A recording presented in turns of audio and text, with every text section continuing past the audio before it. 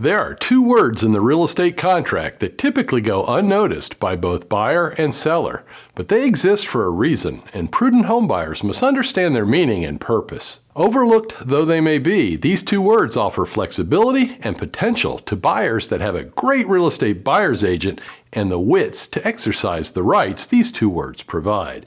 Today, I'm going to explain to you how to use these two words in a real estate contract and identify 4 ways a buyer can use them to his or her advantage in today's insane seller's housing market.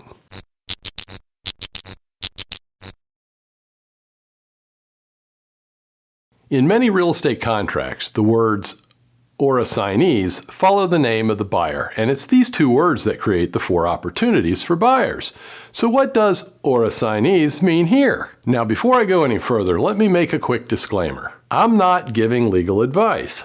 Joe Manassa Real Estate is not a law firm, does not act as your attorney, and is not a substitute for advice from an attorney.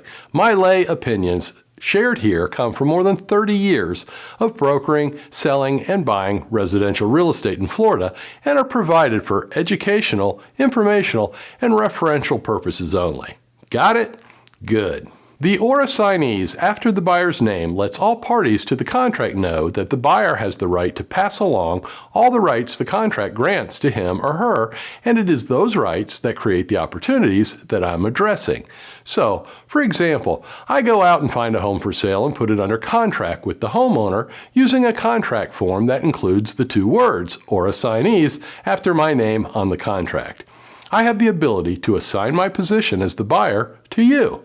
Or perhaps I sell you my position. You then proceed to close on the home as the buyer under the terms of the contract. You'll need to check with a real estate attorney whether or not the liability under the contract can be passed along too.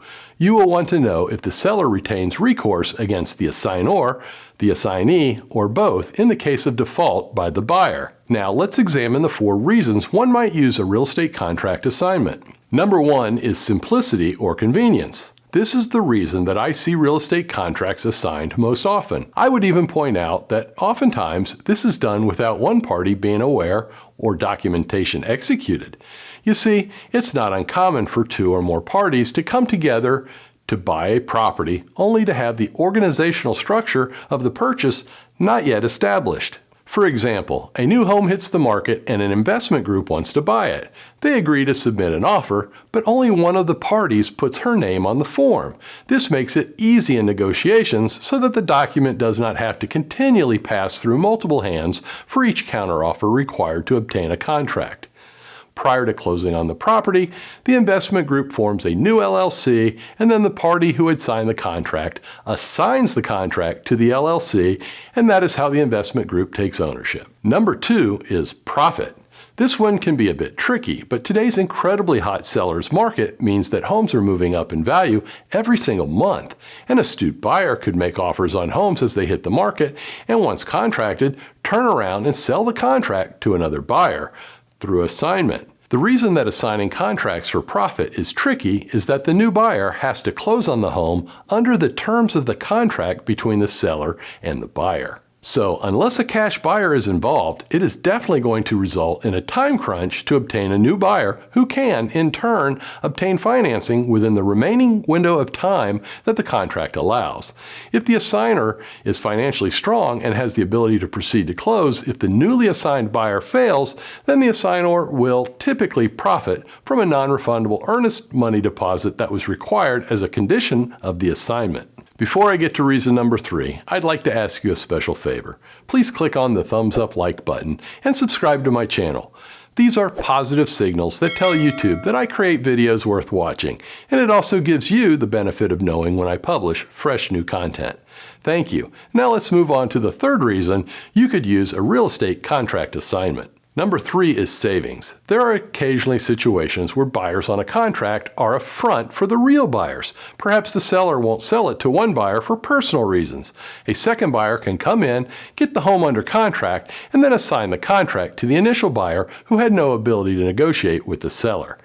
The savings come from avoiding a double closing, where buyer 1 completes a purchase and pays all the closing costs and taxes required under the contract and the law, only to sell it to buyer 2 with a whole new set of taxes and closing costs. A famous case where something similar to this occurred was when Walt Disney wanted to acquire many contiguous land parcels in Central Florida in order to build Walt Disney World. Disney knew if all the contracts were in one buyer's name, then locals would see what was going on and prices would soar. Though I'm not sure if Disney used assignments or double sales, the assignment method would have saved additional money for the acquisitions. Number 4 is investment.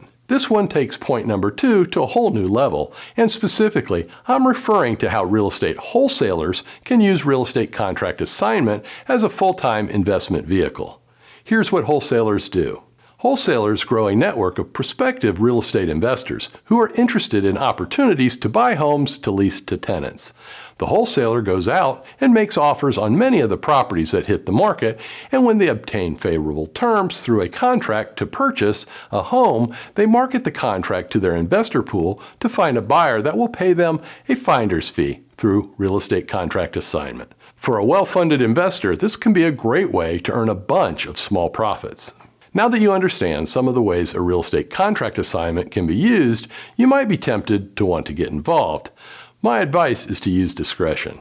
Unless you are doing a simple assignment to simplify a purchase, you really need to ensure that you are prepared to handle the various situations that could potentially occur should matters not work out the way that you planned. You should consult an active real estate attorney to address your plans and to inquire about liabilities that might not be addressed in this video. You should also tune into the real estate market, making sure you understand supply and demand and the likely future movement of home prices. Investors who wholesale real estate are typically very bullish on the housing market, so an unexpected turn could cause great financial harm. If you have any thoughts about real estate contract assignment that I failed to mention in this video, please let me know through the comments section below. If you want to see a video where I assembled a thorough forecast for the 2022 housing market, you can view it by clicking on the box on the top left corner of your screen.